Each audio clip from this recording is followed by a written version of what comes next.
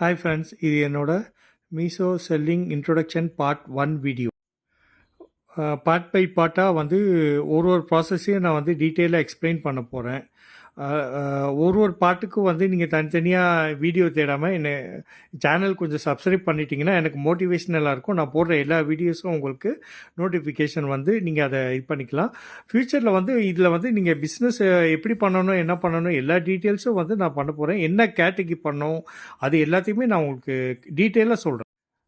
Like order process பண்ணுறது, அப்புறம் packing பண்ணுறது, பார்கோடு ஸ்கேனிங் பண்ணுறது, அப்புறம் கொரியர் பிக்கப் ரிக்வெஸ்ட் கொடுக்கறது, பேக்கேஜை வந்து கொரியர் ஆளுநர் கையில் கொடுக்கறது போக மேனிஃபெஸ்ட் காப்பியில் எப்படி சைன் வாங்கணுன்றது. அதுக்கப்புறம் டெலிவரி ஆகி 7 நாளுக்கு அப்புறம் வந்து பையர் வந்து ரிட்டர்ன் போடாமல் இருந்தார்னாக்கா நமக்கு பேமெண்ட் வந்து கமிஷன் பிடிச்சது போக பேங்க்கில் கிரெடிட் ஆகும். எவ்வளோ கமிஷன் அது பிடிச்சி வரும் அதையும் நான் டீட்டெயிலாக சொல்கிறேன். அப்புறம் ப்ராஃபிட் கேல்குலேஷன் பண்ணுறது, இது எல்லா டீட்டெயில்ஸும் வந்து நான் சொல்கிறேன். நான் மீஷோவில் செல்லராக ஆல்மோஸ்ட் இது 8th இயரு. ஃபஸ்ட்டு 6 மாதம் டு 1 வருஷம் வரைக்கும் எங்களுக்கு ப்ராஃபிட்டு சரியாகவே கிடைக்கல.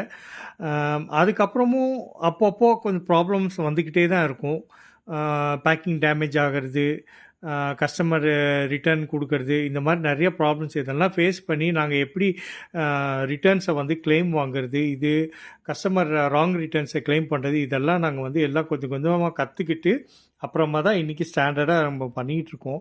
எது பண்ணலாம், எது பண்ணக்கூடாது அப்படின்ற டீட்டெயில்ஸ் எல்லாம் வந்து நான் உங்களுக்கு எல்லாத்தையும் ஷேர் பண்ணுறேன். நீங்கள் ஸ்க்ரீனில் பார்த்துட்ருக்க எல்லா கேட்டகரி ப்ராடக்ட்ஸும் வந்து எனக்கு ஃபாஸ்ட் செல்லிங் ஐட்டம்ஸ். இதெல்லாம் நான் இப்போ ரெகுலராக பண்ணிக்கிட்டு இருக்கேன். ஃப்யூச்சரில் வந்து உங்களுக்கு வந்து என்னோடய மீஷோவோட செல்லிங் இதை பேஜை வந்து ஸ்க்ரீன்ஷாட்டாக உங்களுக்கு நான் காமிக்கிறேன். ஸோ நான் சொல்கிறது அப்போ தான் உங்களுக்கு உண்மையாக பொய்யான்றது தெரிய வரும். சேனலை மறக்காமல் சப்ஸ்கிரைப் பண்ணிக்கோங்க. எங்களுக்கு அது வந்து ஒரு பெரிய மோட்டிவேஷனாக இருக்கும். நாங்கள் ஃப்யூச்சரில் வந்து என்னென்னலாம் உங்களுக்கு டீட்டெயில்ஸ் நீங்கள் கமெண்ட்டில் கொடுக்குறீங்களோ அது எல்லாத்தையுமே நான் வந்து ஓரளவுக்கு ஒவ்வொருத்தருக்கு கொடுக்குற கமெண்ட்டுக்கு நான் ப்ரிஃபரன்ஸ் கொடுக்க முடியாது. 4-5 பேர் எல்லாம் ஒரே மாதிரி கமெண்ட் கொடுத்தீங்கன்னாக்கா நான் வந்து அதையே நான் போடுறேன்.